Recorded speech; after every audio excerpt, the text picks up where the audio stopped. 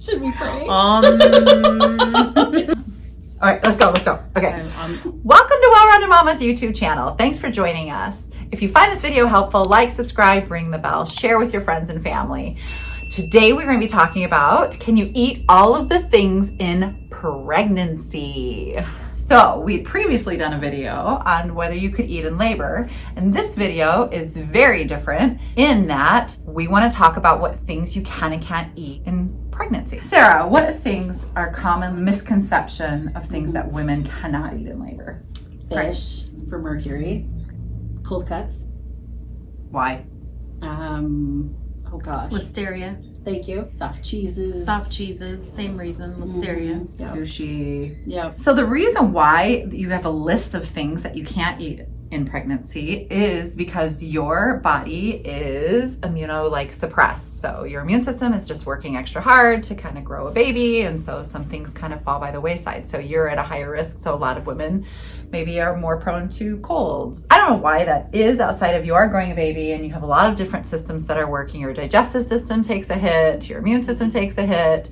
But it also can be stressful. Like a lot of times, and your stress lives in your guts. Mm-hmm. And so there are a lot of reasons why your immune system is a little bit suppressed. And so they want you to consume foods that won't make you sick. They've done research, and deli meat, soft cheese, sushi, all of those kinds of things, because they are more likely to contain bacteria that maybe on a regular body not growing a baby, you might not get sick. Here at Well-Rounded Mama, we tell our clients, just eat sensibly.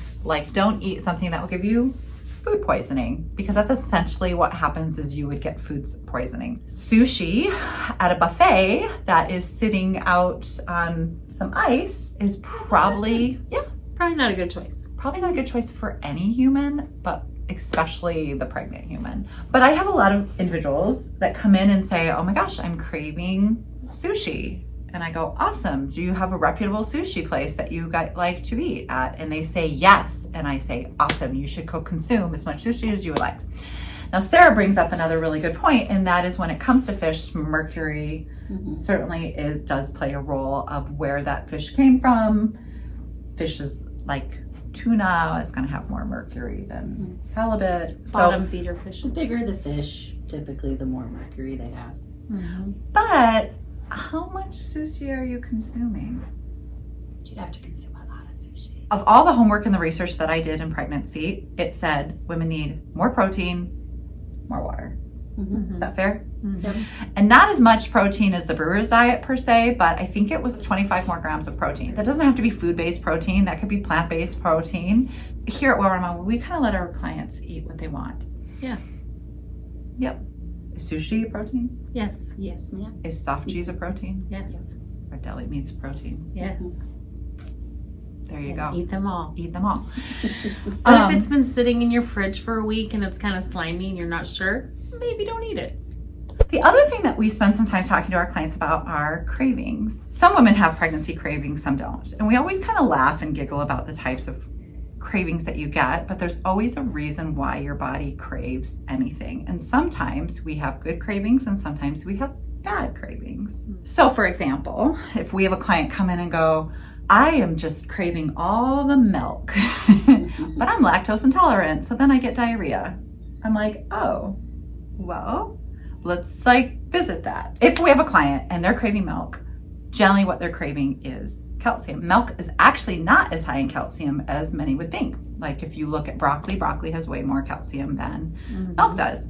And so I would just then at that point Google foods that are rich in calcium, and then I would consume those foods, and I promise you the craving for the milk goes away. Same thing when we have clients who crave carbohydrates. Mm-hmm. Generally it's protein, because what happens is you've maybe waited too long to eat, because ideally, pregnant women should be eating 5 small meals a day. A pregnant woman can't really survive well on 2 or 3 large meals. And so what happens is the glucose in your body gets low and you crave sweets, because your body needs to keep functioning. It needs that fuel. So remember, there are cravings. And if you come to your care provider and you tell her what kind of cravings you have, or he or she generally can help you kind of discover and troubleshoot what that is. And then hydration. Want to tell us about hydration? Drink water. Drink water. Lots of it. Lots and lots. At least half of your body weight in ounces per day. And so I tell people to try and consume a gallon. And there are other things that count towards hydration. There are some fruits and vegetables that are really high in water Cucumbers, content, and your herbal tea celery. counts. But remember, if you consume soda pop or black tea or black coffee, those are all diuretics, which do what? Take all the They water make you out of your pee. body. Yeah. So if you consume a glass of black tea, you'll have to counteract that. So remember, nothing limits you. Don't get food poisoning in pregnancy. I guess we should say why. Like, why would you not want to get food poisoning in pregnancy if that was something you felt like you wanted? I will tell you why.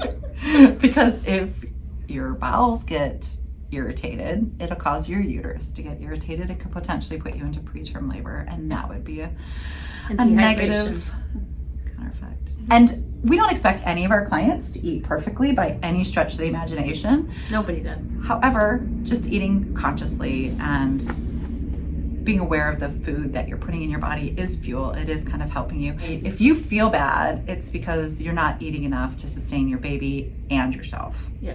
And most midwives are very schooled and educated in nutrition and wellness because we're all about preventative care. And all of us down here at Well Run Mama, we don't care where you're having your baby. We'd love to visit with you for an hour and talk with you about how you can be the best you and the best pregnant you that you can be. Yep. So thanks for joining us for a moment. We really appreciate it. It's good to see you. Share, like, and subscribe.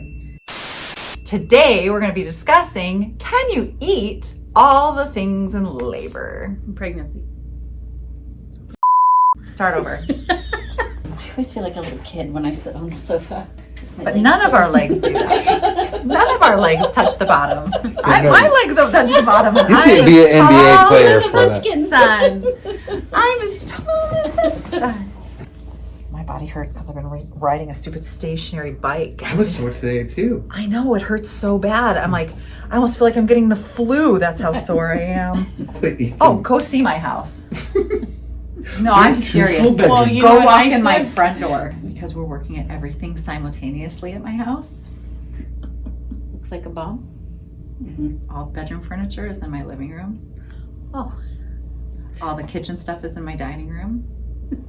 nice. Silent mode off. Silent mode on. I hate that so much. Why not just silent? Not silent. Yeah. I'm like, the silent mode is off, so that means my phone is on. Like, that's so complicated. Yeah, that's true. I didn't even notice that. Who over wanted to F with us like What that? does that mean? No, okay. What one do we want to do first? Want to talk about food or GBS? Food. What's the food one?